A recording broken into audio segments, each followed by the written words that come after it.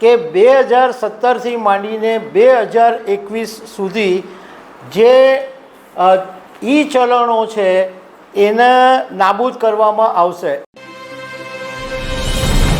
ઉત્તર પ્રદેશની યોગી આદિત્યનાથ સરકારે એક એવો નિર્ણય દિવાળી પહેલાં કર્યો છે કે આ સાંભળીને ગુજરાતના લોકો પણ ખુશ થઈ જશે કે આવું તો ગુજરાતની અંદર પણ થવું જોઈએ। અને ઘણા બધા લોકો આ જો વિડીયો તમે સાંભળશો તો ચોક્કસ એવું કહેશો કે અરે યાર આવું ગુજરાતમાં ક્યારે લાવો છો। તો આના વિશે તમારી સાથે વાત કરીશ। મારું નામ રાજેશ શાહ છે અને તમે જોઈ રહ્યા છો ગુજરાતના સૌથી મોટા ડિજિટલ ન્યૂઝ પ્લેટફોર્મ ખબર છે.com। દિવાળી પહેલાં ઉત્તર પ્રદેશની સરકારે જનતાને બહુ મોટી રાહત આપી દીધી છે। ઉત્તર પ્રદેશના ટ્રાન્સપોર્ટ વિભાગે એક એવી જાહેરાત કરી કે 2017થી માંડીને 2021 સુધી જે ઈ ચલણો છે એને નાબૂદ કરવામાં આવશે। એટલે 2017થી 2021ની અંદર જે ઈ ચલણો છે એ હવે લોકોએ ભરવાના નથી, એને નાબૂદ કરી દેવામાં આવશે। એટલે તમને મેં પહેલાં કીધું કે ગુજરાતના લોકો આ સાંભળીને ચોક્કસ ખુશ થઈ જવાના છે, કારણ કે લોકો એવું વિચારે કે હવે ગુજરાતમાં બહુ પેન્ડિંગ ઈ ચલણો છે, ખાસ કરીને ટ્રાફિક જે નિયમન ઉલ્લંઘનોને સંબંધિત છે તો ઘણા બધા લોકોના જે ઈ ચલણો છે પેન્ડિંગ છે। તો લોકો એમ કહે કે ભાઈ આવું ગુજરાતમાં લાવો તો બહુ સારું કે કમસે કમ આ બધા જે પેન્ડિંગ ચલણો છે એ નાબૂદ થઈ જાય તો પૈસા ભરવાના નહીં રહે। હવે આ જે ઉત્તર પ્રદેશની ટ્રાન્સપોર્ટ વિભાગે જે જાહેરાત કરી છે એમાં એવું કહેવામાં આવ્યું છે કે નોન ટેક્સ ઈ ચલણોને નાબૂદ કરવાનો નિર્ણય લેવામાં આવ્યો છે।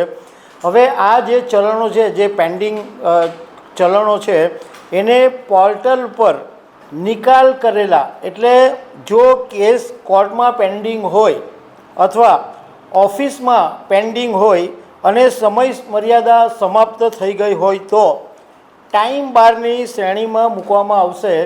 અને ઉપરાંત જે ફિટનેસ પરમિટ, વાહન ટ્રાન્સફર, હાઈ સિક્યુરિટી રજિસ્ટ્રેશન એ પણ પોર્ટલ પર આપોઆપ દૂર થઈ જશે। જોકે આની અંદર એક વસ્તુની સ્પષ્ટતા કરવામાં આવી છે કે ટેક્સ સંબંધિત ચલણો છે એ આ રાહતના દાયરામાં રાખવામાં નથી આવ્યા। ટ્રાન્સપોર્ટ વિભાગે એ પણ કીધું છે કે આ જે ઈ ચલણોને નાબૂદ કરવાની જે પ્રોસેસ છે એ 30 દિવસની અંદર કરવામાં આવશે। અને એ પછી જે વાહન ચાલકો હોય એ ઉત્તર પ્રદેશ સરકારની પોર્ટલ પર જઈ અને પોતાના ચલણની સ્થિતિ જોઈ શકે। એટલે તો એ જે વાહન ચાલક છે એ પછી જોઈ શકશે અને કોઈ ક્વેરી હોય તો એ પછી પોર્ટલ પર પોતે કહી શકે છે। ટ્રાન્સપોર્ટ વિભાગે એક વાતની સ્પષ્ટતા એ પણ કરી છે કે આ માત્ર ક્લોઝર છે, એટલે આની અંદર ન તો કોઈ રિફંડ મળશે કે ન કોઈ જૂના ચલણોને ફરી ખોલવામાં આવશે। હવે કોને કેટલો લાભ થાય એ આંકડાકીય જોઈએ તો 2017થી 2021 વચ્ચે ઉત્તર પ્રદેશની અંદર 30.52 લાખ ઈ ચલણો જનરેટ થયા હતા।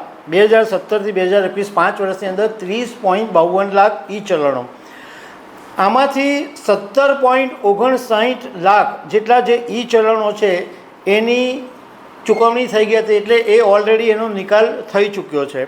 પણ હજુ 12.93 લાખ ચલણો છે એ પેન્ડિંગ હતા અને આ બાકી ચલણોમાંથી 10.84 લાખ ઈ ચલણો એવા છે જે કોર્ટમાં કેસ પેન્ડિંગવાળા છે અને 1.29 લાખ ઈ ચલણો એવા છે જે ઓફિસની અંદર પેન્ડિંગ છે।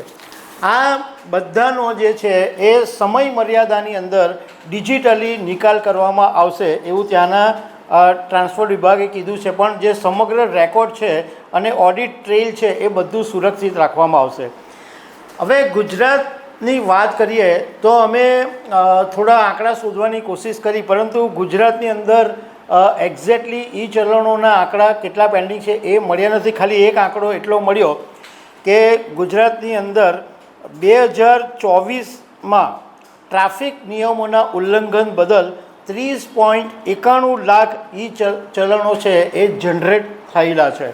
તો કમસે કમ હવે લોકો એવી આશા રાખશે કે ઉત્તર પ્રદેશની જેમ ગુજરાતમાં પણ આ જે ટ્રાફિક નિયમોના ભંગ બદલના જે ચલણો પેન્ડિંગ છે લગભગ 4-5 વર્ષથી એને નાબૂદ કરવામાં આવે.